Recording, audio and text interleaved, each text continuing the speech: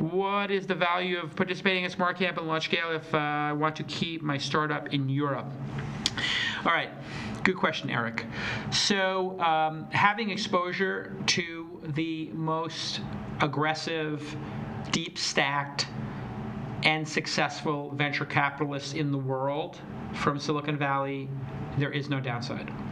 And a number of these investors are now getting on flights to Europe. So Michael Moritz is on the board of some company in Scandinavia. I forget which one it is, from Sequoia. And he goes to their board meetings there, from what I understand.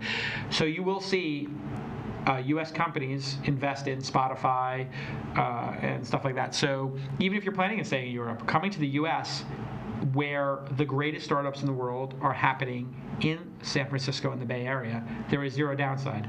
That would be like you want to make wine, and you're like, well, why should I go to France? It's like, well, yeah, California wines are great, but the ones in France are better, or Italy. They've got a longer history. They've got a bigger market. I don't know, California wine's bigger? Maybe my analogy is not great. If Italy and France and California make great wine, go to those regions and learn. Go to those regions and find partnerships. Go to those regions and find equipment, right? This is the greatest time in the history of the technology industry. And, it's really funny because I thought, hey, nothing's ever going to compare to the dot-com boom. I was 100% wrong.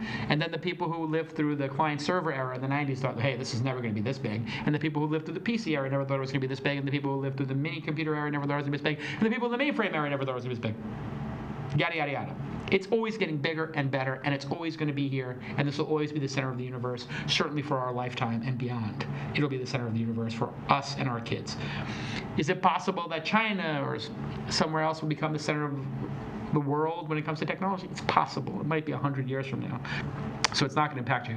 If you're in Europe, where a lot of countries have negative growth, where there's a lot of regulations, where VCs don't take a lot of chances, and you're really asking me if it's worth it to come here, you need to get your head examined. Europe is a hard place to run a startup company. People in France are leaving to come to the United States because it's too frustrating over there. Scandinavian countries, different story. Berlin, different story. London, different story. But listen, it's harder over there. We all know that. Of course you should come and experience what's going on here. Now, does that mean you should move your company? Not necessarily. I have seen a lot of companies move here. I've seen a lot of companies, I think the best practice will be to have an office here. Whether that's your headquarters or not. Zendesk is here. They started somewhere, Norway, Denmark, I can't remember. Anyway, a lot of companies are putting their HQ here, but having their more workers in Canada or more workers and more team members in Europe.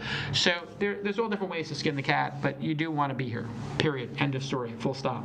It's a real honor for me to be in such a deep and meaningful partnership with the team at IBM. My first computer was an IBM PC Junior, and it took me 6 months to convince my dad to save up the money from his bar. And one night, he got home from the bar at 6 or 7 in the morning, and I was annoying him as a 12-year-old. I really want the PC Junior. It's $900. Please get me a PC Junior. And he said, fine. He was kind of half in the bag at the time. We drove to downtown Manhattan to this computer store on Lower Broadway. I'll never forget it. It was a Saturday morning. He had been out all night Friday. And he had cash. And he walked in and he bought me the IBM PC Junior. And it was the greatest computer. It started me on my journey. And now, wow, it's like 30 years later, and I'm in a deep partnership with IBM. I can pinch myself. It's really just super great to have the recognition of a world-class company like IBM who cares just as much as I do and my team does about supporting founders. So SmartCamp 2015, SmartCamp 2015, SmartCamp2015.com. If you're a fan of the show and you appreciate all the work we do at Launch Festival, please go to your local SmartCamp 2015 and encourage entrepreneurs to go to it. And then, of course, you're all my guest, and you're the guest of IBM and Launch at Scale and at the Launch Festival. Couldn't do it without their support, and it's just such a great partnership, and it's just beginning. So thanks again to our friends at IBM, and we'll see you next time on a special Ask Jason episode.